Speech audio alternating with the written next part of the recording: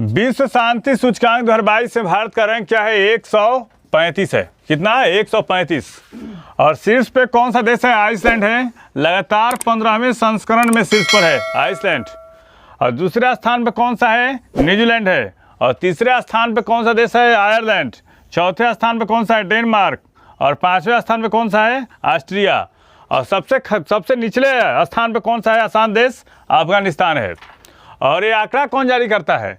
Institute for economic and peace द्वारा तैयार सूचकांक में देश क्षेत्रों के शांति स्तर की स्थिति की रैंकिंग होती है।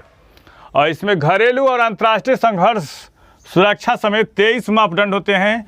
इस सूचकांक को निकालने के पहले 23 मापदंडों पर अगर कोई भी देश खरा उतरता है तो सबसे नंबर 1 रैंकिंग दी जाती है। और उसके 23 मापदंड इसके जो होते हैं ये मानक हैं जिसके अनुसार ये सुरक्षा सूचकांक जो होता है, शांति सूचकांक जारी किया जाता है।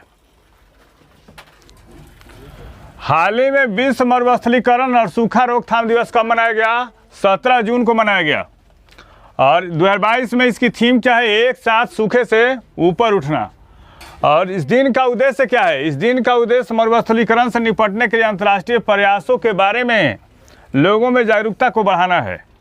और सेना में भर्ती के लिए लाई गई अग्निपथ योजना की ऊपरी आयु सीमा को बढ़ाकर कितना कर दिया गया है? ये 23 वर्ष कर दिया गया है।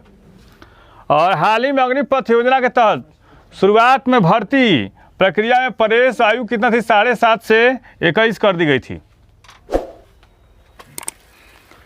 फीफा अंडर 17 महिला विश्व कप 2022 की मेजबानी कौन सा देश करेगा? तो भारत करेगा। और इसका आयोजन कहाँ किया जाएगा? भारत के 3 शहरों में खेला जाएगा। कौन कौन? गोवा, भुवनेश्वर और नवी मुंबई में। कहाँ पे? गोवा, भुवनेश्वर और नवी मुंबई में। और 16 टीमें भाग लेंगी, 32 मैच खेले जाएंगे। और फीफा की स्थापना कब हुई थी? 1904 में। मुख्यालय कहाँ है? ज्यूरिख में।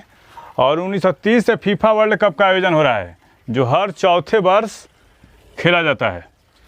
और फीफा फुटबॉल के प्रमुख अंतर्राष्ट्रीय प्रतियोगिताओं का क्या करता है? आयोजन करता है। औद्योगिक डीकार्बोनाइजेशन समिट 2022 का आयोजन कहाँ हो रहा है? ये हो रहा है नई दिल्ली में।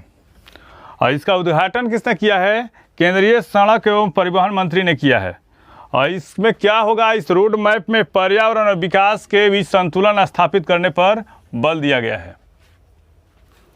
ब्रिक्स देशों के राष्ट्रीय सुरक्षा सलाहकारों और राष्ट्रीय सुरक्षा पर उच्च प्रतिनिधियों की 12वीं बैठक कहाँ आयोजित की जाएगी? तो बीजिंग में आयोजित की जाएगी। और ब्रिक्स में कौन कौन से देश हैं? तो ब्राज़ील, रूस, भारत, चीन और दक्षिण अफ्रीका।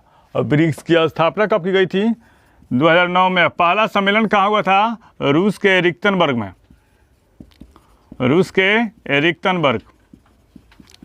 और 2022 में ब्रिक्स सम्मेलन की अध्यक्षता कौन सा देश करेगा? चीन।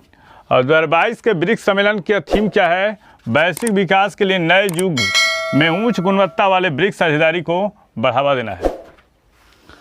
44 साल की उम्र में 10वीं बार आयरन बने सत्यम शंकर किस राज्य से हैं?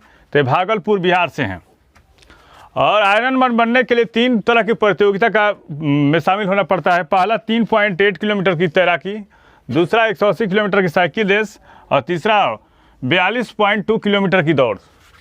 और यह प्रतियोगिता ऑस्ट्रेलिया के केनर्स में 12 जून को आयोजित। इस प्रतियोगिता में सत्यम शंकर ने 13 घंटे 31 मिनट में पूरा किया है। हाल ही में किस टोक्यो ओलंपिक रजत पदक विजेता ने पहली खेलो इंडिया भारोत्तोलन लीग में स्वर्ण पदक जीता है? मीराबाई चानू ने। और मीराबाई चानू ने 191 केजी, 86 और 105 किलो वजन उठाया है। दूसरे स्थान पे कौन रही थी? ज्ञानेश्वरी देवी। कौन? ज्ञानेश्वरी देवी। हाल ही में किस भारतीय मूल के व्यक्ति को अमेरिका के राष्ट्रपति का विज्ञान सलाहकार नियुक्त किया गया है? आरती प्रभाकर को। किसको? आरती प्रभाकर को। और केंद्रीय संचार मंत्री अश्विनी वैष्णव ने भारत में 5G सेवाएं कब तक लॉन्च करने की उम्मीद जताई है? तो मार्च 2023 तक। और हाल ही में जल शक्ति मंत्रालय द्वारा बांध सुरक्षा अधिनियम 2021 पर राष्ट्रीय कार्यशाला का आयोजन कहाँ किया गया?